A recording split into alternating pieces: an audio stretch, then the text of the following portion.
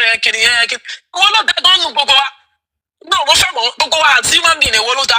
Torí Bible tèmi sọ fún mi pé gbogbo òtítọ́ àfihàn ta ni. Ó ní bí àkísà ẹlẹ́gbẹ̀mí sọ kò sí àwọn tó wọ̀t. Wa wọ̀t anything. Holiness wa wọ̀t anything.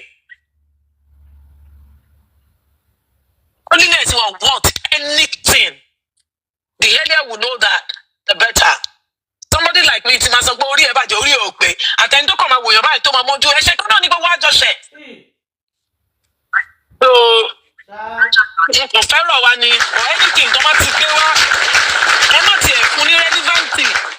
Ẹ rọra dà wọ́n nù kẹ́ra. Ẹ bá lọ wo confession prime boy tẹ́lẹ̀tẹ́lẹ̀ láti bẹ̀rẹ̀ gbọ̀ngbọ̀n. Till now, prime boy ìsọ̀ǹtọ́ tó ṣẹlẹ̀ nínú mọ́tò yẹn.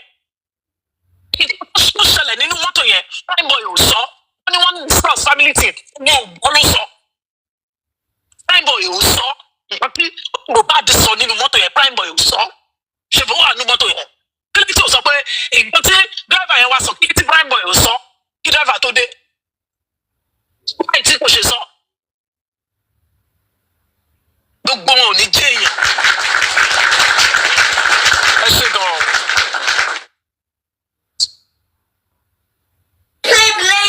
Thank you very much, Jenna Martino. God bless you. Gladiator Bosmola, do you want to say a few things before we go to Gladiator Titus Taylor? Gladiator Ajia,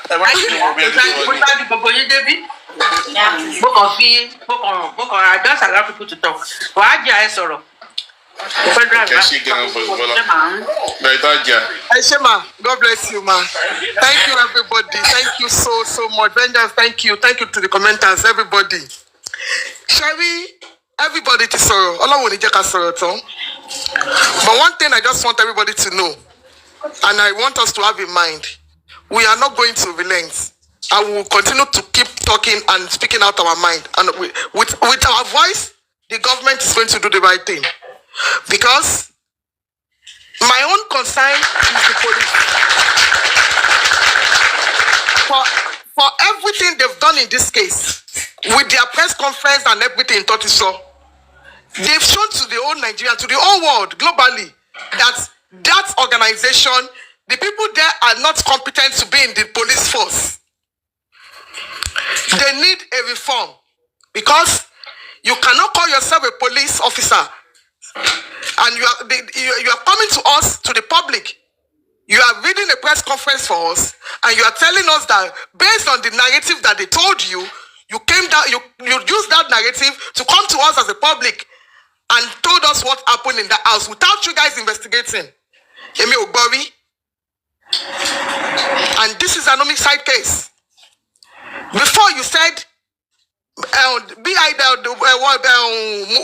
said we'll meet about 20 minutes after he got to the hospital. But at the same time, you call that case homicide case. Because me, you understand though, Joe, but you understand. If you said even the police are confused because they want to satisfy their paymasters. That is it. They are confused. They are confused. They are eyesores. Because I don't understand. But you understand. Because when you're reading something to us and you're telling us that it was 20 minutes after he got to the hospital, the Kpãiii doctor declared him dead. And at the same time, you are saying, when you started, you said, because this case is an homicide case. Homicide case.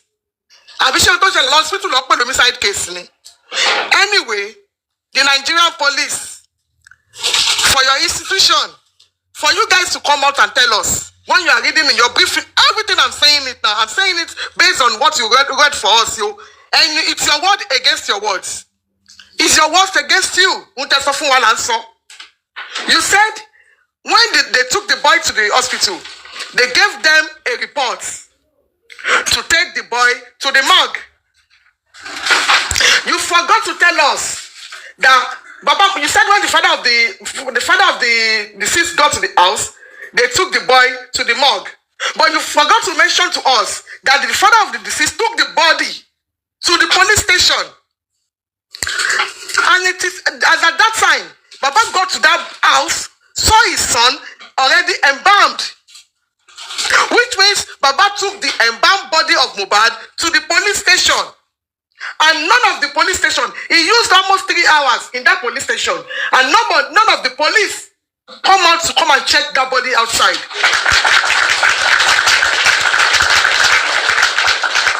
It's a pity. And when you didn't even go outside to go and check the body. You didn't even assess it. You didn't even ask them that king in Kotoshele. You listen to what the narrative they gave to you and wrote the statement. Because I know Baba Mohbad in his statement, we wrote it there. Because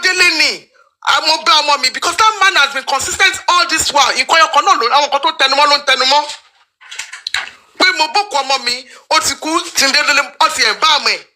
And you don't even look to the side of that embalmment. The man even took it up. That way, those people that embalmed that boy, I want to take permission, for them to embalm that boy without his permission. You told that man, Baba, Emma, what mistake is no? Adura no she, Baba Yari, anybody to she, they should take that person to the courts. It is when you guys see that this man has been saying the same thing. He refused to stop. He said, you don't have a choice than to tell the man, Baba, mistake it is no. Is it called a party? Definitely you know that Wunmi fought Mohbad in that house. And in your press conference, you are telling us the reason why Kpãiii is a suspect as well is because he is the last person that fought with Mohbad. And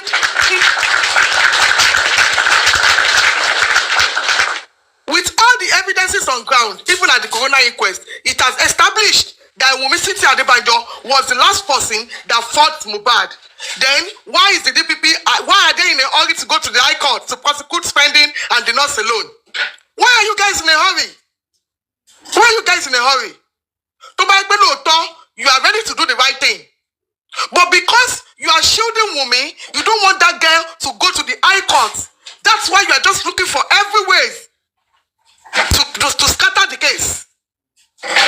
Because I want to ask, who is Wunmi City Adebanjo in Lagos State? But who is Wunmi?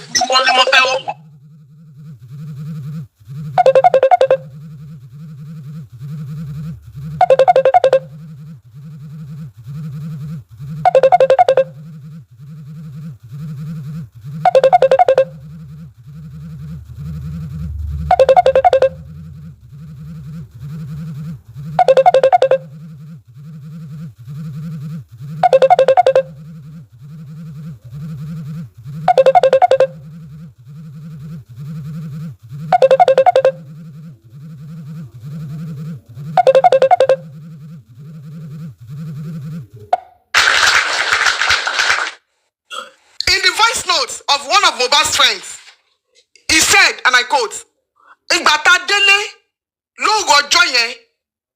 Wunmi, they said they had a noise of them fighting in that room, but they are not being bothered because that has always been their normal thing. Which means Wunmi that claimed to go on the national TV to claim that our relationship with Mohbad is always smooth. They have been very friendly, no hiccups and everything. Is a perfect one. And for their friends to be saying their relationship has always been toxic, then which means Mohbad has always been in a toxic relationship with Wunmi. She is lying. And she said, Wunmi said, Mohbad did the day now? What has Wunmi did to Mohbad that warrants her to be saying Mohbad did the day on that night?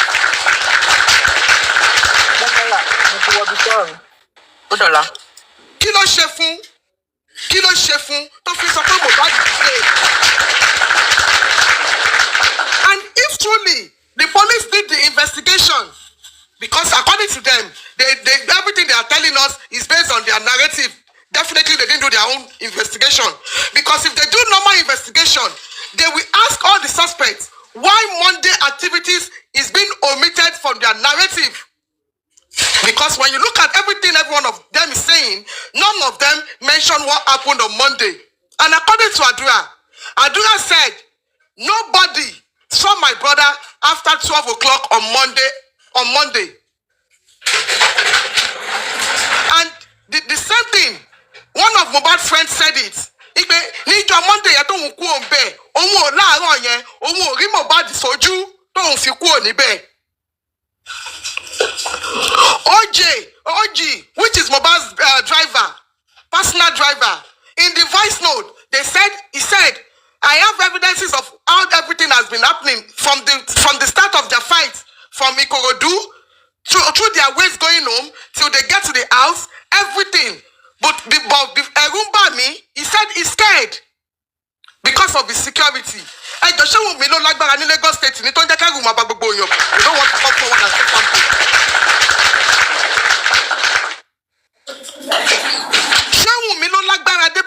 That is making everybody to be scared of their life, that they don't want to come out and come forward and say exactly what they know about the case. Definitely, somebody powerful is behind that girl. Because who is Wunmi Adebanjo? She's just a graduate, as she calls herself. A 22 or 23-year-old girl that just graduated from the university. And everybody is being scared of her. Everybody is scared that she might harm them, so that they will not come forward to come and tell the whole world what they know about the Kpãiii of this boy. Lagos State government, Nigerian police, if truly you are not shielding this lady, you have to do the right thing. And you know, thank God, there is a case in front of us on Tuesday, June 24. It's a case between Baba Joseph Aloba against the DPP. The police already knows. They know they screwed up the whole case. So the best thing is not to disturb this man. The best thing, you surrender. You just have to tell the courts, the judge, that okay, you will wait for the coroner inquest. What's it called, before you can go on with your case, because that is what Baba Loba is demanding for. Because what is the rush? Lagos State government set up that coroner inquest for us. It's a fact finding to know what exactly happened to that boy. And you don't even wait for them to finish with their own investigation before you said you want to prosecute spending and the nose. We are not relenting. Because you spoiled this case from the onset. And we are not going to keep quiet. We will not keep quiet. Shut one down. And to be Kiobani, oh, could be to first sweat and to Mohbad. Because the case is a global case. We are not going to keep quiet. And we are not going to stop until Lagos State do the right thing. Until the police did the right thing. Because Wunmi Adebanjo she's not above the law. There is law in the land. There is law in Lagos State. Somebody said Wunmi is not a graduate.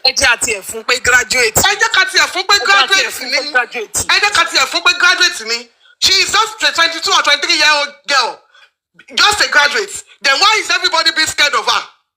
Everybody was scared. Mohbad said, and I quote, she said, Kpãiii, because she mommy. No, now, it's not everybody that is people are called a dump. Who is Wunmi? Lagos State government and the police needs to tell us, who is Wunmi Adebanjo? Who is she in Lagos State that she is above the law? Because all evidences and fact of this case is pointing fingers at her. And yet, the authorities receive to do the right thing. We are not going to keep quiet. And you cannot we will continue to be advocating for what is right. This is humanity. And we are not going to keep quiet. And for that DNA, DNA. And to bother the kick baby, why baby to fake baby? Only on any bit of my to see. And we are going to guide it jealously. We will guide that DNA jealously. We are going to do it. And all these social media rodents coming here to be making noise. Wallahi Kpãiii wala sani. Ati foroyin show me. Akon mu na fin gba peguni. Teba poju be lo. Kotu lo kwa won lo mi bota wa se. With the little ones that are beside this Baba, that are staying with this Baba, we will swallow every one of you guys. a máa fi jẹ tí pápá yẹn bá fi tó bá jẹ òkúta ni omi ló máa fi mú òun lọ̀rọ̀ yín máa jẹ́. Ìkà ni you are all evil. Ìkà ò lè ṣe tiẹ̀ bẹ́ẹ̀. Èèyàn kan ló bí Mohbad. Bàbá yìí ló tọ́ ọmọ ẹ̀. Òun ló tọ́ ọmọ ẹ̀ níbi tó tọ́ dé. Kí ọkọ wá rò pé òun lè gbọ́ ọmọ lọ́wọ́ ẹ̀. Irọ́ lẹ pa. Wunmi Cynthia Adébánjọ. The game is over. Your game is over. Your game is over. Go and pack. Just go and lock your game is over because we are not going to relent. We are not going to stop talking. And on Black Bible now, we are waiting patiently for Tuesday. And I know we're going to have a very, very good, successful day. By God's grace. Thank you, everybody. Justice for Mohbad.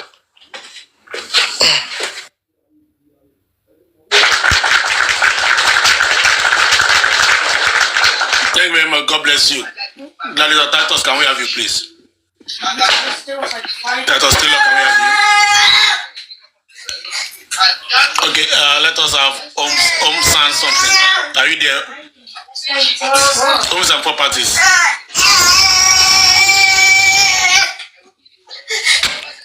Tem, are you there?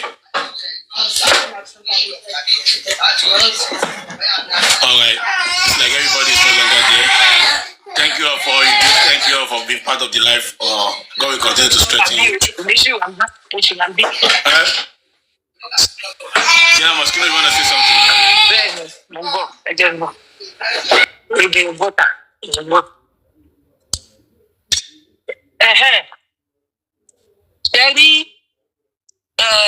Woman tó sọ̀rọ̀ yẹn á jí àìwá dé ọlọ́run á máa bùkún yẹn ọlọ́run nípa làálùpà yìí ọ̀dẹ náà pè wá wọ́n fẹ́ gbé wa ń gbogbo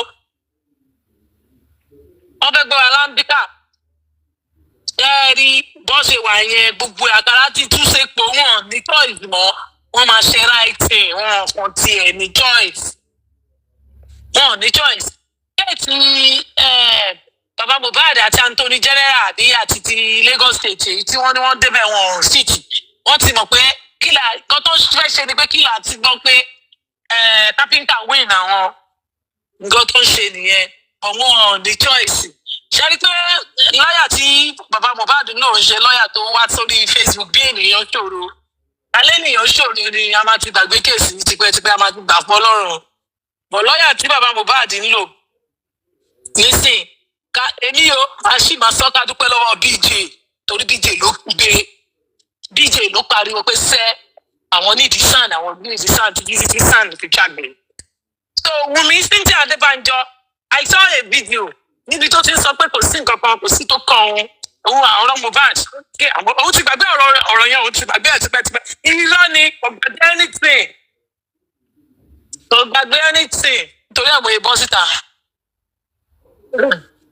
Kò gbàgbé anything kò gbé nǹkan kan bó ṣe wà yẹn ayé ẹ̀ ti bàjẹ́ kò mọ bí tó fẹ́ lọ kò mọ bó ṣe fẹ́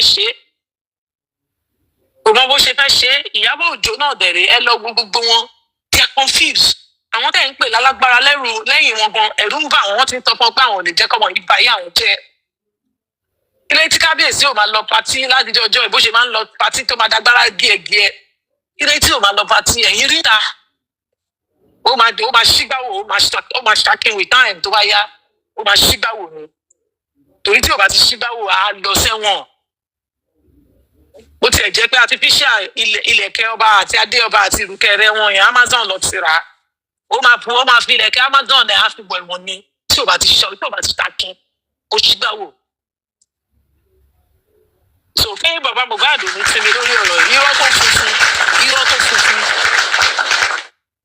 irọ́ tó funfun kò sí ohun tó máa ṣẹlẹ̀ gbé tẹ́wọ́n máa gbé lẹ́nu spendor ní gbogbo wọn ń ké wọ́n gbé kiri yẹn náà wá tí mo ń gbóyè pé mo gbóhùn Gurexy nínú fídíò yẹn nínú rẹ́kọ́dì yẹn mi ìgbà nǹkan tí Gurexy sọ náà because mi in interest mi ò kí ń bá nùtẹ́ inú ara tèmi mi ò kí ń bàjẹ́ bí Gurexy sọ̀rọ̀ mẹ́ẹ̀ gbọ́dọ̀ nǹkan tí Gurexy bá sọ ó sọ náà nìyẹn yes gbogbo wọn ti dé èèyàn ọ̀tọ̀ èèyàn tuntun ni wọ́n ti ṣe mistake gbogbo time yẹn mistake lọ ṣe kọjá lọ àwa ti rí wọn lẹ́yìn ọ̀tọ̀ tó bá yẹ pé àwọn fallen angels yẹn náà tó bá yẹ pé gbà tó fall wọ́n ṣe apologize ni a máa gbà wọ́n dẹ̀ ló sọ pé kó máa apologize torí ànímọ̀ wípé ikú burúkú tó ń pààyàn ni wọ́n lábẹ́lẹ̀ So Gracie is still the last man standing, and there's no doubt about that.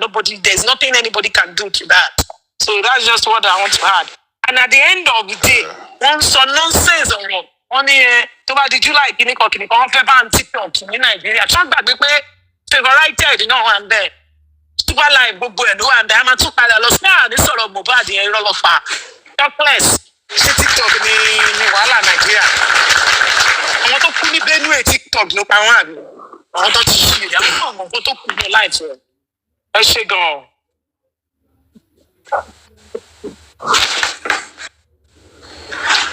Okay, I think I'm audible now. Mr. Vengeance.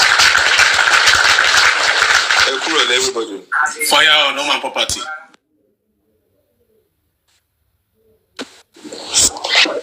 Okay, sir.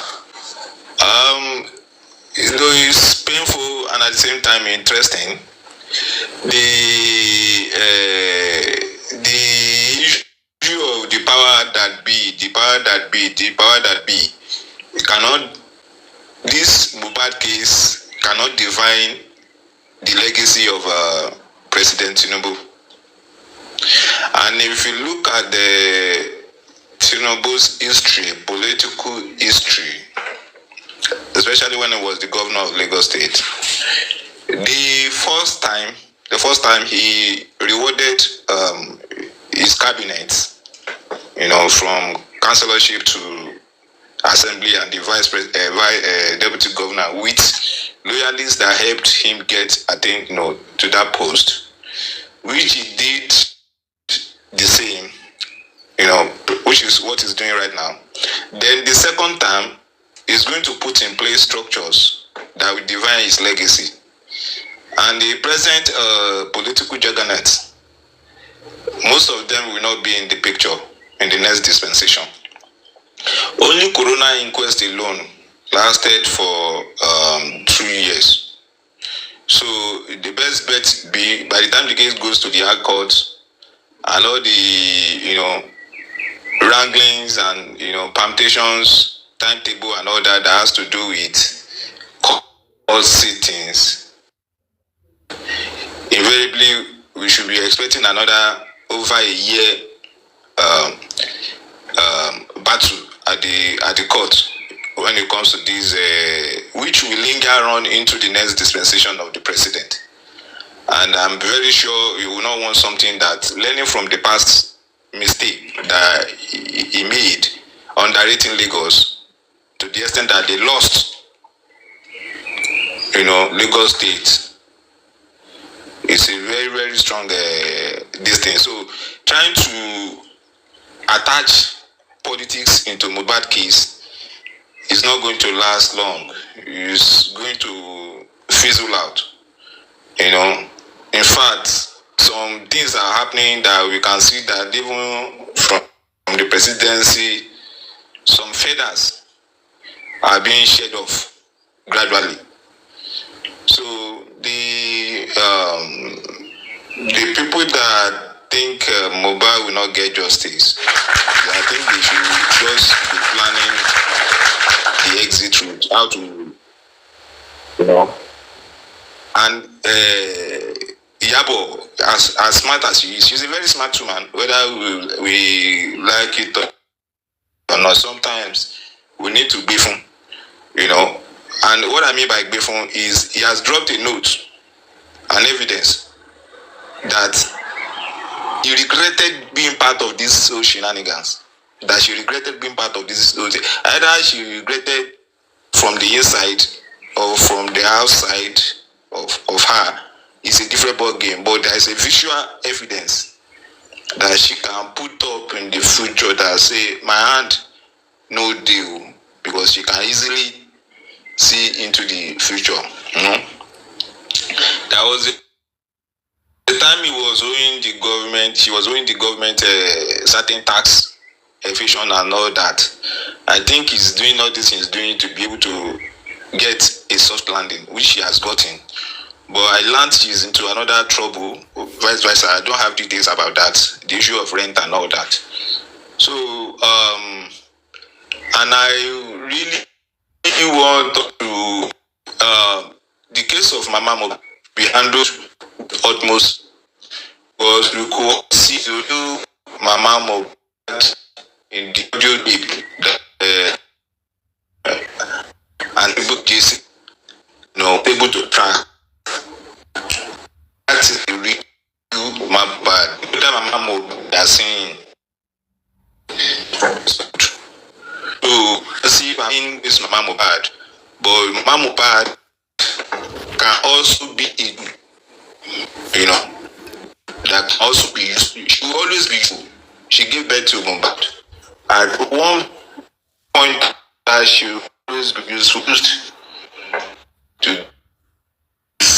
Tí ẹ bó ṣe ń yọ gbogbo ẹ̀sìn ẹ̀ ò níbò àṣírí ẹ̀ máa tú ní sẹ́ẹ̀ because ọmọ tẹ gbé travel ó dé the second week lọmọ yìí kú ó dẹ̀ mọ ikú tó pa wá ń gbé Wùmí káàkiri òun fi ń gbé Wùmí káàkiri ẹ̀ ń wò pé kò sẹ́ni kankan tó lè mú yín téèyàn ò bá lè mú yín Ọlọ́run bá mú yín ṣé bóun náà lẹ́sìn tó máa tó òun làwọn èèyàn ti ń yẹ̀yẹ́ yín kálẹ̀ káàkiri yìí onílé tẹgbálé lọ́wọ́ ẹ̀ wọ́n lẹ́yìn kan lẹ nílé ládùúró owó tẹ ná ẹ̀ tún rówó ra lé mọ́bèjì ní Nàìjà ó bọ́ fún yín wọ́n ti sọ pàdó tó sì ní ẹ kàn lọ sáwẹ́ lọ gba òye Queen Mother náà ni ẹ rí nǹkan kan fi ṣe èyí tí èlé máa ṣe bó ṣe ń ṣe yìí náà kò ní láárí kò sí láyé yìí wọ́n lẹ́nìkan ò ń tajà yẹ̀pẹ̀ kó gbowó òkúta gbogbo nǹkan tẹ̀dá bá ṣe láyé yìí ló máa jèrè ẹ̀ nílé ayé yìí náà ni àwọn ọmọ tiẹ̀ náà akẹ́sàn tó bá jẹ́ dáadáa ló ṣe fún Mohbad àwọn ọmọ akẹ́sàn tó bá dẹ̀ tún jẹ́ kan yòókù náà ni àwọn ọmọ akẹ́sàn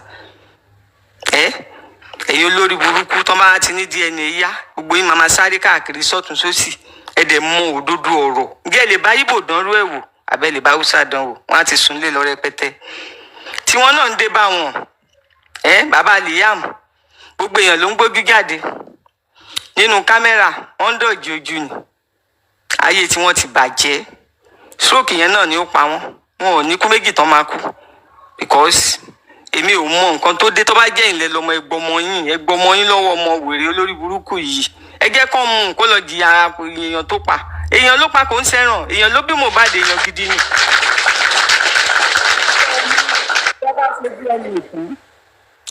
Àwọn ará Àkẹrẹ wọn ń gbọmọ àlè níkẹrẹ tẹ bá ṣe DNA tìjọba ẹ tún máa ṣe tìbílẹ̀ native wọn ẹ máa ṣe bí ìtọ̀sùn ni ẹ lè gbọmọ àlè wọbẹ bá gbọmọ àlè wọbẹ wọn á gbé lódò Ọ̀ṣun ẹ gbọ́ Liam wọn náà ó máa ṣe Wùmí lọ fọkàn balẹ̀ méjèèjì ni wàá ṣe wọn á sọ̀rọ̀ ìdílé fún ẹ olórí burúkú ọmọ òfò ó fẹ́ fi ogún ọmọ ọlọ́mọ ó fẹ́ kó fún ọmọ ẹ láti kó lọ sóun ló bí ọmọ ni ó ti rí àti rí nà òun kọ́ ló bọ́mọ yìí ó ní má gbà sọ lé mi lórí mi ò fà sọ aṣọ burúkú aṣọ òṣì tọmọ bá ti sùn wàá máa gbà sọ lé lórí kí ló dé níjọ́ tọmọ yẹn bá ti wá sọ̀rọ̀ pé òun kọ́ lòun la sọ yìí ẹ má gbà sọ ilé òun lórí ẹ pè wọ́n ìjọ ẹni Sam Larry màmá wa na Mohbad káàkiri ẹ rò pé máa lọ láì jìyà ọlọ́pàá dẹ̀ fẹ́ ṣiṣẹ́ but wọ́n ń di àwọn ọlọ́pàá lọ́wọ́ mú ni kò ń ṣe pé àwọn ọlọ́pàá ò fẹ́ ṣiṣẹ́ but ìgbà tẹ́lẹ̀ bá wà lọ́fíìsì tó bá lọ́gàá tọ́gá ẹ bá ní kó má lọ bẹ̀ kí ló fẹ́ ṣe tí ò dẹ̀ tí ì níṣẹ́ mi nǹkan tó bá ní kó má ṣe náà ni tó bá jẹ́ pé kò sí ọwọ́ kankan bẹ̀ ni àbà kí ló dé kódà àwọn àti hàǹgì Wùmí wàláì tìbí Nàìjíríà ń bí àti hàǹgì àjàtà welcome onípàdé bíi tẹ̀sí ó tiẹ̀ bẹ̀rù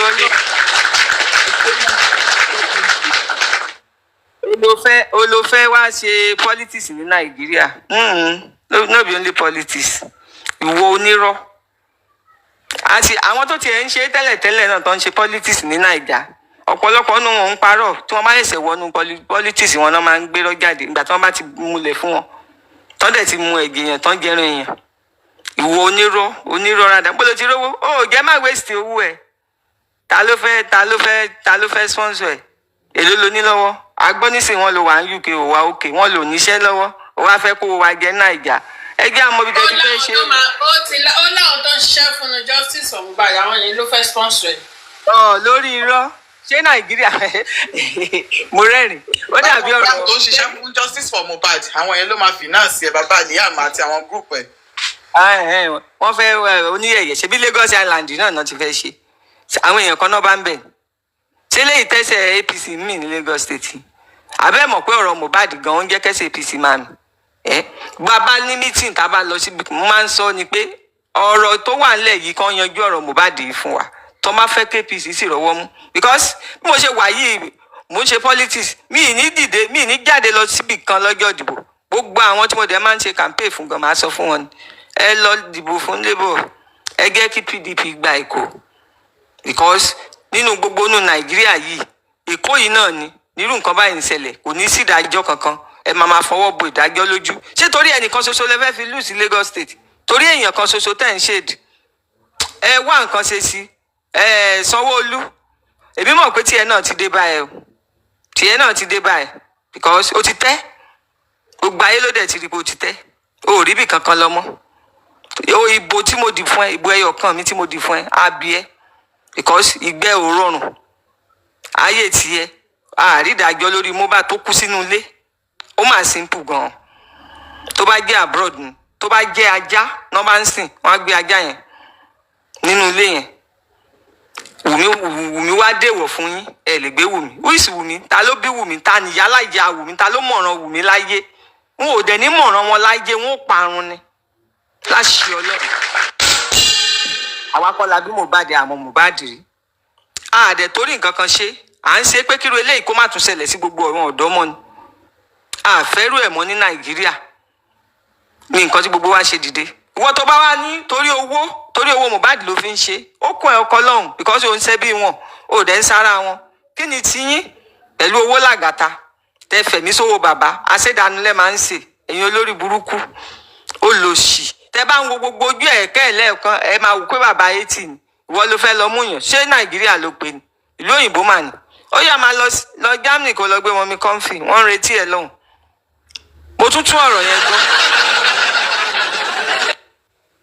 sí Germany kó lọ gbé wọn ẹ rò pé gbogbo òtítẹ́ tẹ́ ń ṣe ní Nàìjíríà ń bí ibà yẹ rò pé kó dá abroad ẹ̀yin náà lẹ fẹ́ máa bà abroad jẹ́ ẹ ti lọ ń gbé ọmọ ọ̀tá òṣì ọmọ torí burúkú tẹ́ ń ṣe ní Nàìjíríà yẹn lọ ń gbé wọlé wọ́n dẹ̀ máa mú yín rúgudu wọ́n á fi yín sọ̀kò sí Nàìjíríà padà ẹ má bàlú wa jẹ́ olóńlérí fẹ́ni tẹ́jọ́ wà lábroad orí ẹ̀ ti dànù àtòpònú Sísílà àti tẹ́jọ́ wà lórí kínní ẹ̀rù páyé ti làtí ti ta kò lè gbójú jáde mọ́ gbogbo ìgbà tá a fi ń wà níbẹ̀ tá a máa ń lọ ojoojúmọ́ ló máa ń lọ ra aṣọ tí ó sáré lọ́ọ́ dà aṣọ nísìnyí kan wọn ra aṣọ ọ̀dà mọ́ gbogbo ẹ̀kẹ́ ló ti papò bí ẹ̀kẹ́ bàbá náìjì wọn láyé bàjẹ́ gbogbo wọn máa la ẹpọ̀n mọ́lẹ̀ nílùú nígbó yẹ pé ẹ ti ń ṣiṣẹ́ tẹ̀ ń rówó gidi mú tó ní kálukú ń ṣe àwọn ọmọ kéékèèké gan tẹ bá rí nǹkan tó ń rà sí Lẹ́kì. ọmọ ẹ̀dọ́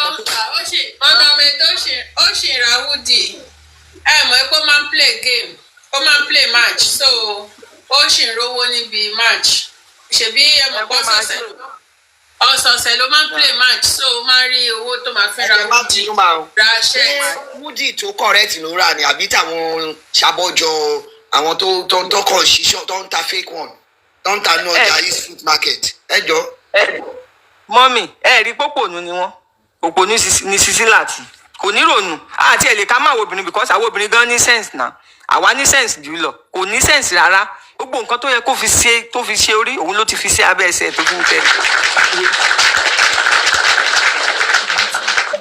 ìlú náà fẹ́ gbé fún ẹ tó dàbí ìgbà tó ń ṣe real tí gbogbo ọmọ máa ní ẹ má kàǹtì yín wá lọ́tún lósì tó ń bless ẹ tó ń fún ẹ ní nǹkan ọkàn ẹ dẹ̀ ń balẹ̀ àmọ́ bó ṣe rí lórí Facebook kó tó wá sórí TikTok náà tí bá máa rí bó ṣe rí gbogbo ẹnu ó máa yọ tí ó máa yọ gbọlọgbọlọgbọlọ bí ẹni tí ò kì í fọnu tí sìgá ti ba gbogbo ètí ẹgẹ tí gbogbo ẹ ti bó a rí ẹ amọ̀ ẹ nà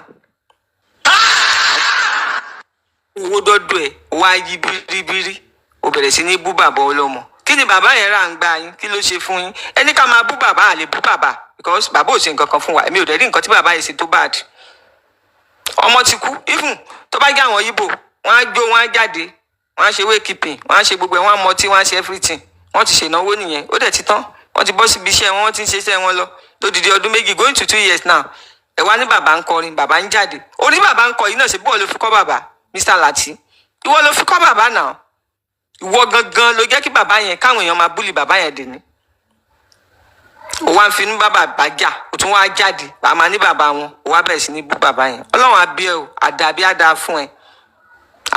fún ẹ because ìwọ náà abiyamọ ní ẹ ó bímọ ọkùnrin ó bí tóbìnrin ó dẹ̀ gbàdúrà kírun nǹkan bẹ́ẹ̀ yẹn ṣẹlẹ̀ sáwọn ọmọ tiẹ̀ náà ẹ wá mú bàbá yẹn ń búlì ẹ búlì ń pààyàn fa kéèyàn búyàn kó ní gbá búyàn káláwo búyàn kódà tẹ́ni ẹkùjọ́ mẹ́ta ọmọ olófo aláyé bàjẹ́ wọn náà máa bọ́ ọkùnrin mà làwọn ọmọ tó bí ó dẹ̀ ronú àwọn ọmọ ẹ̀dẹ̀ wà Nàìjíríà gbogbo orí burúkú tó ń ṣe yóò gẹ́ lọ rí wọ́ ẹ̀ bọ́lẹ̀ torí gbogbo ibi tó bá ti dé wàá fẹ́ jọ̀gá ni Ọlọ́run ló dẹ̀ ń fìyàn sọ̀gá kì í ṣèyàn Ọlọ́run ló ń gbé èèyàn ga kò dìgbà tá a bá gun orí ilé alájà mẹ́wàá ká tó ga tó o bá stop gbogbo nǹkan tó ń ṣe wàá rí ìbínú Ọlọ́run because bàbá yìí ò ṣe anything fún ẹ o tún sọ ní bàbá ń gbé ìyá Mohbad lọ sí hòtẹ́ẹ̀lì kó máa lọ lá mọ́tò kí ni bàbá fẹ́ fi ìyá Mohbad ṣe bàbá ń wá kú ni tí bàbá fẹ́ fi gbé ìyá Mohbad lọ sí hòtẹ́ẹ̀lì so obìnrin wá wọ́n lé ayé jù bẹ́ẹ̀ lọ ẹni bàbá ń ṣoògùn bàbá ń sín gbẹ́rẹ́ ìgbà tí bàbá mọ̀ pé láàrin ejò àti paramọ́lẹ̀ ọ̀ká làwọn wà bàbá lè ṣoògùn kò sí èèyàn ń báyàn rojọ́ kó ṣoògùn ni bí ẹ bá ṣoògùn bó bá ti pé kò sí ohun tó kàn ní bọ̀dù bàbá lónìí rẹ̀ náà gbogbo yẹn wá ń forí gbárí ẹ̀ ń dà káàkiri ẹ ní rí ìyọ́nú Ọlọ́run gbogbo ẹ̀yin tẹ́ ń búlì bàbá yẹn ẹ ní rí ìyọ́nú Ọlọ́run wọn ò lè búlì yín lọ́jọ́ kan ṣoṣo ìwọ tẹ́ni ìta bá dìde lórí bíbá yìí nísìnyí gbogbo everybody tó wà ń bí tó yẹ pé èní yìí ìwọ nìkan la fẹ́ wá fún báwo ló ṣe fẹ́ rí lára ẹ̀ kò dáa o ẹ rí bínú o látọ̀dọ̀ Ọlọ́run gbogbo yín pátápátá tẹ́ bá dìde ogun sí bàbá yìí ọ̀run á dìde ogun sí yín because bàbá nìkan ló dá dúró ẹ bú ìyá Mohbad mọ́ ẹ bú Wùmí olórí burúkú mọ́ ọmọ ẹlẹ́ẹ̀kẹ́ gẹ̀ràn yẹn ẹ bú mọ́ táwọn èèyàn tí wọ́n máa gà á yípo fáìn níbo ló fáìn sí ó fáìn kankan wàláì tán bá kó bílíọ̀nù lé ẹ lórí màá da itọ́ sí orí ẹ̀ pẹ̀lú kí n tán gbélé tí wọ́n sọ pé fáìn gẹ̀ wọ́n ń gà ẹ̀ olórí burúkú olòṣì ẹ sábà sọ fún Àmọ̀rí kó lè tè mú gbogbo àwọn wèrè kó fún wọn ní lága tí wọ́n lò lásìkò wọ́n tún ti bẹ̀rẹ̀ nìyẹn wọ́n ti bẹ̀rẹ̀ orí burúkú àwọn olòṣì àwáyé máa wẹ̀yẹ̀. tó bá tún kún ẹ rán mi létí kí n fún wọn ní tiwọn náà lámbà tiwọn ẹ rán mi létí àwọn tó bá tún kún àwọn olòṣì ẹ fi dàrósà ti fẹ́ǹsà ló ń lò tẹ́lẹ̀ wọ́n dẹ̀ ní nísìn ó ti ra Mercedes ó ń lo Mercedes ó ti dà ó ìyá Mohbad ò rí ní ayé ẹ lóde àdúrà ń fẹsẹ̀ palẹ̀ ẹ dẹ̀ kó bọ́mọ ọlọ́mọ ìyá Mohbad ẹ jẹ́ kádùúrà sọ tẹnu ẹ jẹ ẹ ń rì mọ́lẹ̀ Ọlọ́run á bínú sí ẹ ìyá Mohbad pé bó ṣe rí yìí tí wọn náà ń jáde máa rí bẹ́ẹ̀ lọ ìyá Mohbad ẹnìkan bá mi nù jẹjẹ kò lè máa rí bẹ́ẹ̀ lọ ìyá Mohbad o ìjọ tí wọ́n bá sin ọmọ yẹn ìjọ yẹn láṣìírí ẹ̀ tú àwọn èèyàn ti padà lẹ́yìn gbogbo àwọn olórí burúkú àwọn ọ̀tá justice ló ń tẹ̀lé ẹ tó mọ̀ pé wọn ò nífẹ̀ẹ́ tínú ẹ̀ máa dùn alátẹnujẹ ìyá jẹ yín ẹ ṣe rí Wùmí wọ́n máa gbé Wùmí ẹ gbàgbé ẹ ríran wò kò sí àwọn tó mọ̀ èèyàn tó ju tiẹ̀ lọ bó ṣe máa ń kọ́kọ́ rí nìyẹn Wùmí. kíní tó lóun sì kíkan tó lóun ti fẹ́ kú tó ní òun ti dájọ́ kú fúnra Yọmí ó lóun ti dájọ́ kú òun ní fẹ́ kú. Yọmí ó máa ń lọ bá darí kan bébé ṣúta Yọmí ló má darí kan ni tó bá kó àwọn oníjọ́sìsì ṣe fún Yọmí o wàláì á ní nǹkan kan ṣe ó má rò pé bóyá owó kú àmàdáwò kankan fún kórè olè ló ń ṣe Yọmí alákẹ̀mí bọ̀ ni wọ́n sọ bẹ́ẹ̀ wọ́n ní máa ń lé mọ́lẹ̀ síbi kan that is why gbogbo àwọn tó ń jọ ń ṣe fíìmù ní industry wọ́n máa ń tarí ẹ̀ka tẹ́ bá rí bí wọ́n ṣe ń ṣe wọ́n máa ń ṣe ní rádaràda náà máa ń ṣe Yọmí Ọlọ́run ta ló mọ Yọmí àwọn ọmọ mi gan máa láwọn ọmọ ẹni tó ń jẹ́ bẹ́ẹ̀ ta ló ń jẹ́ Yọmí àwọn ò dá Yọmí mọ̀ ta ló mọ Yọmí eléré wo ni Yọmí kí ni Yọmí ń ṣe fíìmù mélòó ló ṣe tó ní láárí torí ń pé alákẹ̀míbọ̀ lẹ́sẹ̀ gbogbo owó gbogbo àwọn ẹlẹ́ni tó wà ní òtútù tó ń dá owó fún ẹ ìwọ náà ṣiṣẹ́ kó máa fi ránṣẹ́ sáwọn ará Nàìjíríà olòṣì olè gbogbo àkáǹtì òróòlù mọ́ gbogbo àwọn ayé wọn ti jágbọ́n wọn kó máa róòlù kó róòlù mọ́ o Yọmí wọ́n retí ẹ̀ náà ìjà olórí burúkú olè ọ̀lẹ ìdí òlè tó yẹn náà kéèyàn máa ṣiṣẹ́ níbo ló ti fẹ́ ríṣẹ́ ṣe ìgbà tẹ́yìn bá gbèdì ká bẹ̀ ìdí ńlá tó ń yí káàkiri bí obìnrin ẹ wá ló fẹ́ ṣiṣẹ́ olóṣì ẹni tó nídìí ńlá bẹ́yẹn wọ́n ló ní lọ́wọ́ kí ló wà lọ́wọ́ ẹ̀ àtàwọn ayákìlà àbí keyboard náà ń pè wọ́n àwọn àlè àwọn. wọ́n ń pè wọ́n àwọn àlè àwọn Yomi.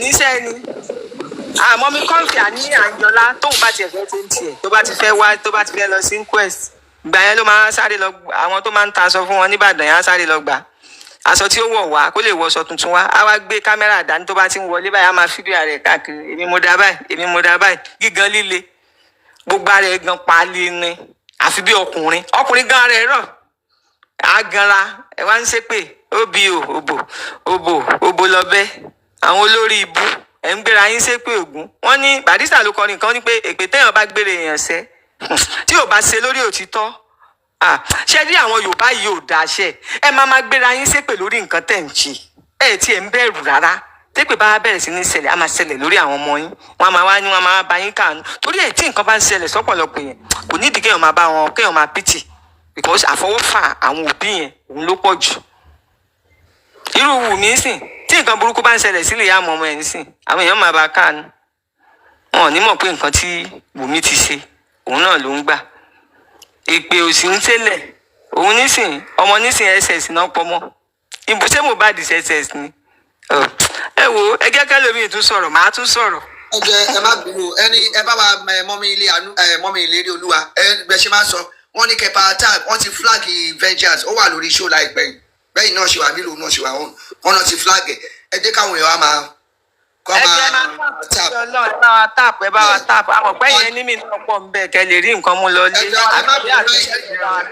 ẹ bá wa dánwò like everybody please help us to power tap please. tó ló ti flag vengeance sí ẹ jọ mo fẹ́ sọ ọkọ lórí DNA yẹn ṣé àwọn pé torí DNA ẹ̀bí kí tó sọ̀rọ̀ lórí DNA mọ́mí ẹyin jí olúwa and some of us mo máa bẹ̀yìn èmi this is me ẹ má bínú mà ṣe rí irú àwọn tẹ́ni àti ẹni tẹ́ dárúkọ whatever láti and sometimes it's the same repetition they make wọ́n parọ́ wọ́n manipulate ọ̀rọ̀ to me I don't listen to them even Paparino mo lè kọ̀ kọjá kí màá kọ̀ kúrò bẹ́ẹ̀ tí màá kí kókó yẹn máa fi inú mi energy mi máa fi gégùn fún wọn pé ọlọ́run sórí àdàbí tó bá wà lórí òótọ́ you don't need to stay there and tell us pé wíkì nìyí gbà tẹ gbọ́ wọn to me I think ẹ máa wá sórí ìtàwọn tiwa tá a máa sọ̀rọ̀ DNA is a must gbogbo nǹkan Wunmi wọ́n ló pa Mohbad but ẹ máa jókòó ẹ máa gbọ́ nǹkan tí wọ́n sọ to me ẹ má bínú máa mo kọ kọ́mẹ́ǹtì tẹ make pé wíkì yìí ẹ wà heartbroken no you should not even be listening to jargon sí wọn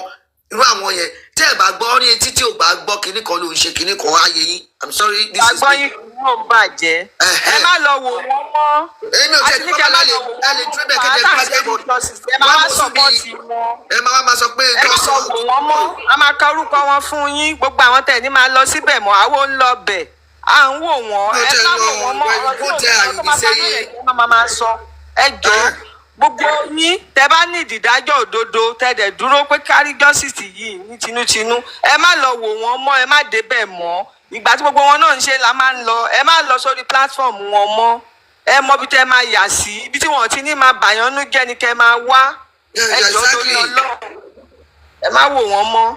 tẹ bá ń kọ pé ẹ advocate á dà pé ṣó wọn move wa no kò move anyway I'm speaking for myself kò move me I don't go there and listen to that trash latigo adoli etí àwọn ọmọ mi kọfí bá kọ píìkì tá à ń ṣe yẹn sí lórí ó tán and that DNA ìtúrẹ́ ni gbogbo wọn ṣe ya wèrè tí gbogbo wọn ṣe ń jápá tí wọ́n fẹ́ kọ́ tún fún àwọn olówó sí owó ẹ̀jẹ̀ tí wọ́n gbà DNA náà ni Mohbad wà nínú mug ó ti di brown ó ti di purple ó ti di pink yà ò lè ṣe mọ́ ó ti wà rọ́tún no ẹ̀wọ̀n tó ṣẹlẹ̀ lọ́jọ́ mẹ́ta ọlọ́run tóbi lọ́ba o Akala former governor ṣọ́yọ́ ni àbí bẹ́ẹ̀ ni ọ̀gá ọlọ́pàá ó tọ́ mọ́ màmá mi Akala ìgbà tó kọ́kọ́ wà ní ọlọ́pàá àti àwọn oníkọ̀ọ́rí police station ẹ̀wọ̀n tó ṣẹlẹ̀ ń sìn ṣùgbọ́n ti kú báyà bíi 2 years àbí bíi 3 years kò pẹ́ náà làwọn ọmọ ń jà sógun wọ́n ti gbéra wọn lọ́kàn oníkan ẹ̀sùn yẹn kan ṣe DNA fún gba àwọn ọmọ ẹ̀ tó ní kàn tó ní kíní wọ́n ń jà sí ẹ̀ wá sọ pé wọ́n irun kì í tètè jẹ ní ilẹ̀ nínú ilẹ̀ bọ́ọ̀rì Mohbad kan sílẹ̀ léni tó ìwà lókè nǹkan kò rọ́tì wọ́n á rí ọmọ bàbá ọmọ akálà ní kọ́ mú egungun bàbá òun egungun òde kí ń jẹ ẹ bá wo àwọn tó máa ń ṣe research tó máa archaeologist yẹn tó máa rí egungun bíi 4,000 years tó máa mú tó máa ṣe tó máa study ẹ ọlọ́run ló fún wọn ọgbọ́n yẹn ṣùgbọ́n àwa ìkà ni. wọ́n mú bọ̀ mà wọ́n lè mú ó ní ọmọ yẹn ní kó lọ egungun kó fi ṣe díẹ̀ ní fáwọn àwọn siblings òun ìjà wà ń sìn lórí ogun ẹ̀rí pé ó tún tì í torí díẹ̀ ní ẹlẹ́ṣẹ̀ ṣe kàbàkàbà wọ́n máa ṣe díẹ̀ ní ẹ bẹ́ẹ̀ fẹ́ bẹ́ẹ̀ kọ̀ lólúwa ti ń bẹ tí ẹ̀mí ẹ̀ ń bẹ DNA is a sacrosanct and it's genuine a máa ṣe olúwa dẹ̀ gbàgbà fún wa thank you ẹ má bínú ìyá Mohbad ẹ má jẹ èmi ò tètè ìyá Mohbad ọ ṣe photo shoot fún ọ náà ọdẹ tó àtẹnukọ kò má múra ó máa bó ṣe ṣe náà gba aró oko náà ní pẹ̀lú kò ṣe ìta ọkọ rí yẹn tó wá jókòó dàbí igi tó ń ganran àwo tó ń ganran ó mẹ́kọ̀ọ́ fún ẹ ò dàbí Ìyábọ̀ ó fáìn Ìyábọ̀ lọ ní naturally honestly ya kó ìmọ̀dọ̀ òṣìṣẹ́ tó direct ayé yín ní naturally ó fáìn Ìyábọ̀ lọ bó tí Ìyábọ̀ bá ṣe rí bọ̀. ó yẹ pátá fi ṣí ẹṣẹ ìjọ ìjọba pátá ó yẹ pátá ẹ bá pátá ẹ bá ṣí ẹṣẹ ten people should share this show to 10 people please 10 people should share this show to 10 people please 10 people should share this show to 10 people. ṣe bá ṣe ó yẹ bá pátá ẹ bá pátá. ẹ jẹ́ láti polówó díẹ̀ ẹ jẹ́ polówó olórí burúkú gbóhùnsókè dọ̀ tó ya wèrè ní gbóhùnsókè. ó yẹ pátá ẹ bá pátá ẹ bá ṣí ẹṣọ 10 people should share this show to 10 people. 10 people. ẹ fún wa ní gift o. ó yẹ pátá fi ṣí ẹṣẹ ìjọba pátá. ìjàmbá náà àjẹgbóhùnsókè méjèèjì láti àti wèrè ọmọọṣẹ́ rẹ̀. pátá fi ṣí ẹṣẹ ìjọba pátá ẹ bá pátá. ó yẹ pátá ẹ bá pátá. ọ̀gá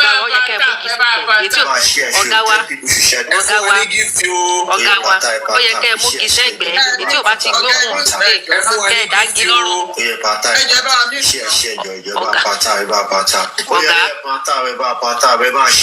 ọ̀gá wo bọ̀ pátá fi ṣí ẹṣẹ ìjọba pátá. ó yẹ pátá ẹ bá. ẹ fún wa ní gift o. ó yẹ pátá fi ṣí ẹṣẹ ìjọba pátá ẹ bá pátá. ó yẹ pátá ẹ bá pátá ẹ bá ṣí ẹṣọ 10 people should share. ẹ fún wa ní gift o. ó yẹ pátá fi ṣí ẹṣẹ ìjọba pátá ẹ bá pátá.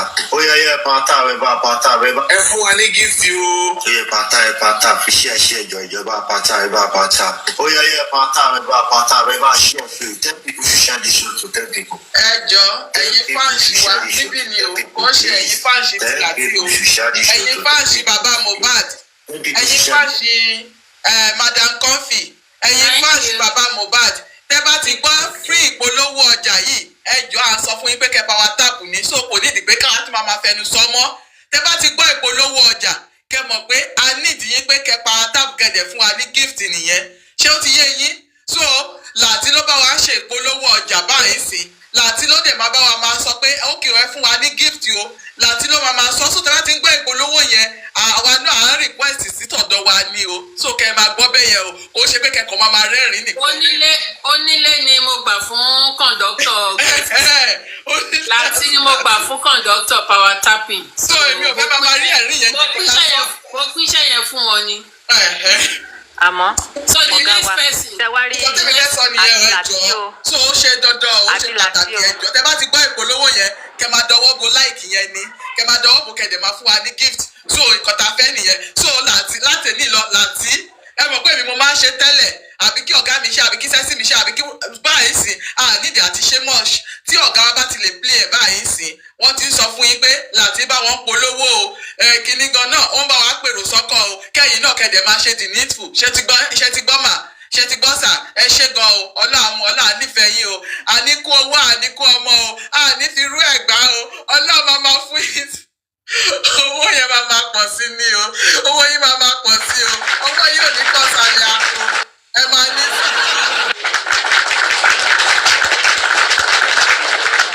ọ̀gá wa èmi fẹ́ sọ nǹkan kan o èmi fẹ́ sọ nǹkan kan ẹjọ́ torí Ọlọ́run sẹ́rí tí Láti bá ti ń pariwo ẹ bá wa power tap kò gbóhùn sókè dáadáa torí wọ́n ti gé wa létí lọ Àṣàkẹ́ ni wa ẹ mú gi sẹ́gbẹ́ kan tí ò bá ti gbóhùn sókè ẹ dáńgí lọ́rùn kó lè rẹ́sì fọ́ọ̀lù mú dáadáa.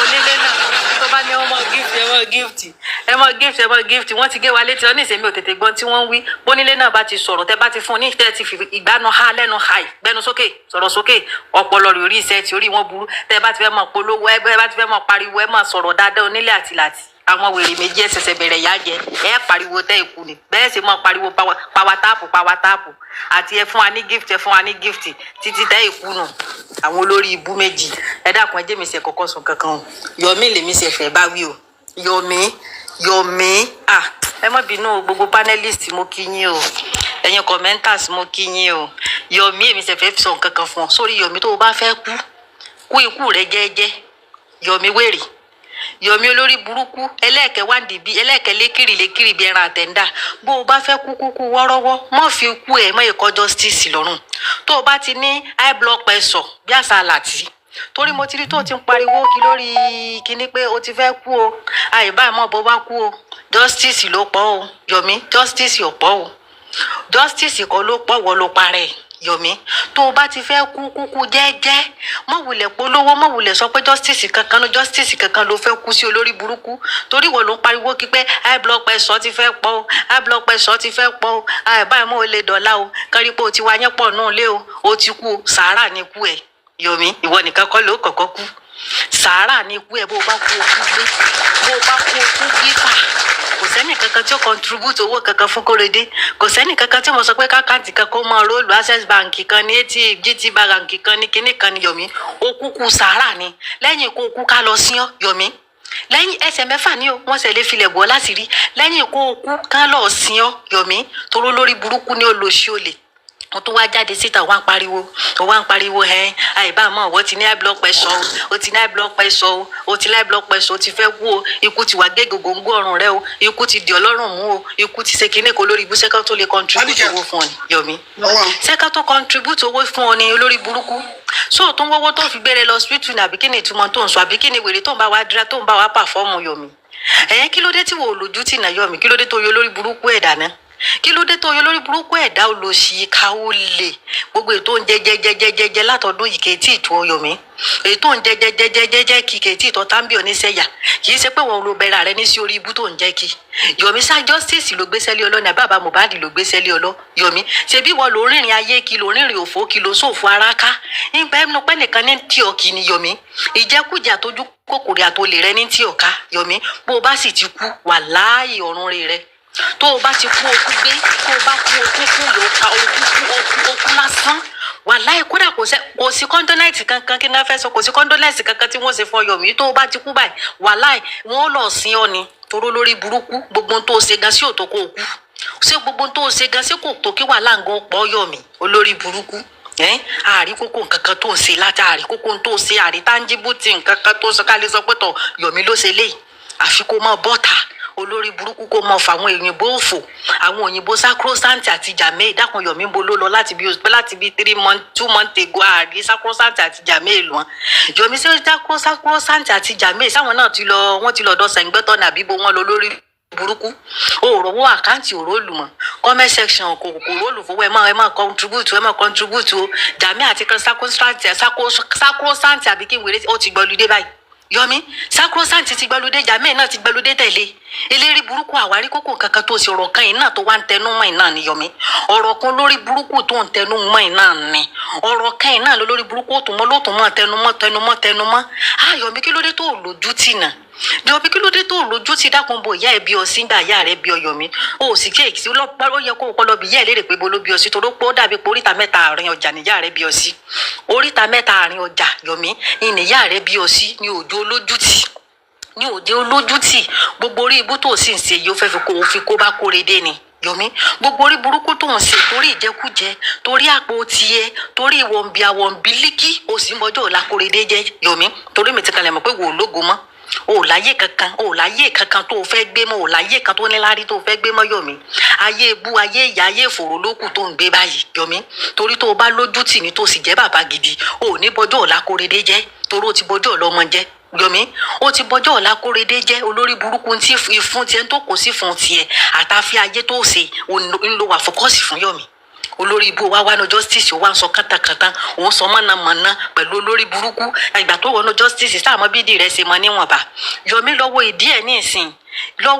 ní ìsìn olórí burúkú di wèrè lù tẹ́sí ni àfi bí màálù àfi bí bá sí ẹran bá sì di màálù Yomi lọ́wọ́ ìdí ẹ̀ olórí burúkú ọkùnrin wo ló rí bí wọ́n ṣe rí mu olórí ibu alápámọ́ ṣiṣẹ́ oúnjẹ gbogbo èèyàn wá ń sinmi sídìí oúnjẹ gbogbo èèyàn wá ń sinmi sídìí Yomi láàrin èmi àti Yomi sóòjọkùn olórí ibu sóòjọkùn olùsígbèdè pọ́n bí ìdí obìnrin mi ìgò nídìí tu ọ tó ń rorí ibu kí òru ìyá kí aya náà ní sẹ́yìn.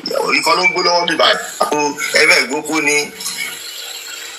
ẹ̀fẹ̀ gbókú ni wọ́n ní ẹ̀ máa gbókú ni ẹ̀yin ajá bàbá Mohbad ẹ máa gbókú ni o ìkọ́ ló ń gbó lọ́wọ́ mi báyìí ẹ̀fẹ̀ gbókú ni wọ́n ní ẹ̀ máa gbókú ni ẹ̀yin ajá bàbá Mohbad ẹ máa gbókú ni o ìkọ́ ló ń gbó lọ́wọ́ mi báyìí ẹ̀fẹ̀ gbókú ni wọ́n ní ẹ̀ máa gbókú ni ẹ̀yin ajá bàbá Mohbad ẹ máa gbókú ni ẹ máa gbókú ni o ìkọ́ ló ń gbó lọ́wọ́ ẹ̀fẹ̀ gbókú ni wọ́n ní ẹ̀ máa gbókú ni ẹ̀yin ajá bàbá Mohbad ẹ máa gbókú ni ẹ máa gbókú ni o ìkọ́ ló ń gbó lọ́wọ́ mi báyìí ẹ̀fẹ̀ gbókú ni wọ́n ní ẹ̀ máa gbókú ni ẹ̀yin ajá bàbá Mohbad ẹ máa gbókú ni ẹ máa gbókú ni o ìkọ́ ló ń gbó lọ́wọ́ mi báyìí ẹ̀fẹ̀ gbókú ni wọ́n ní ẹ̀ máa gbókú ni ẹ̀yin ajá bàbá Mohbad ẹ máa gbókú ni ẹ máa gbókú ni o ìkọ́ ló ń gbó lọ́wọ́ mi báyìí ẹ̀fẹ̀ gbókú ni wọ́n ní ẹ̀ máa gbókú ni